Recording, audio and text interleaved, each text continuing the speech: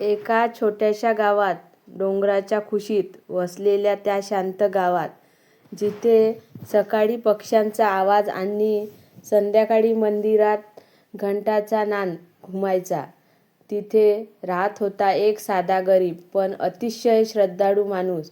त्याचं नाव होतं गोविंदा.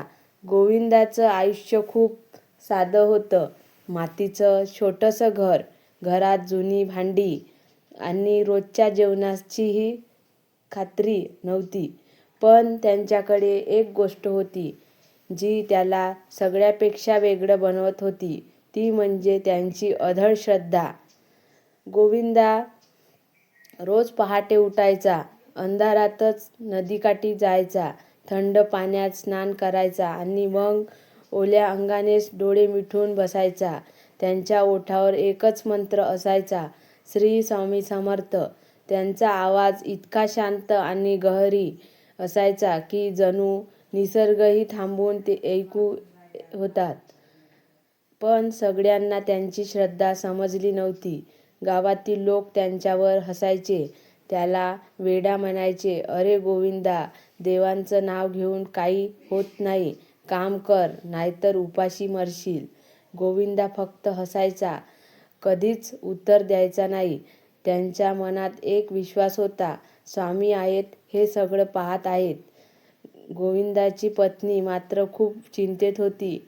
ती म्हणायची, आपण किती दिवस असंच राहणार? घरात अन्न नाही, कपडे नाहीत.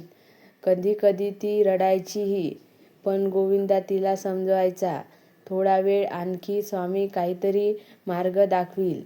एक दिवस परिस्थिती खूपच वाईट झाली. घरात एकही दाणा नव्हता. पत्नी उपाशी होती. गोविंदाचं मन तुटलं. त्या रात्री तो घराबाहेर आला, आकाशाकडे पाहिलं आणि आयुष्यात पहिल्यांदाच त्याने हात जोडून रडत रडत एक हाक मारली, हे स्वामी, मला मदत करा. त्या रात्री गोविंदा झोपला आणि त्याला एक अद्भुत स्वप्न पडलं. सगळीकडे प्रकाश होता, एक दिव्य रोज. आणि त्या प्रकाशातून एक आवाज आला, गोविंदा. गोविंदा घाबरला, पण शांत राहिला.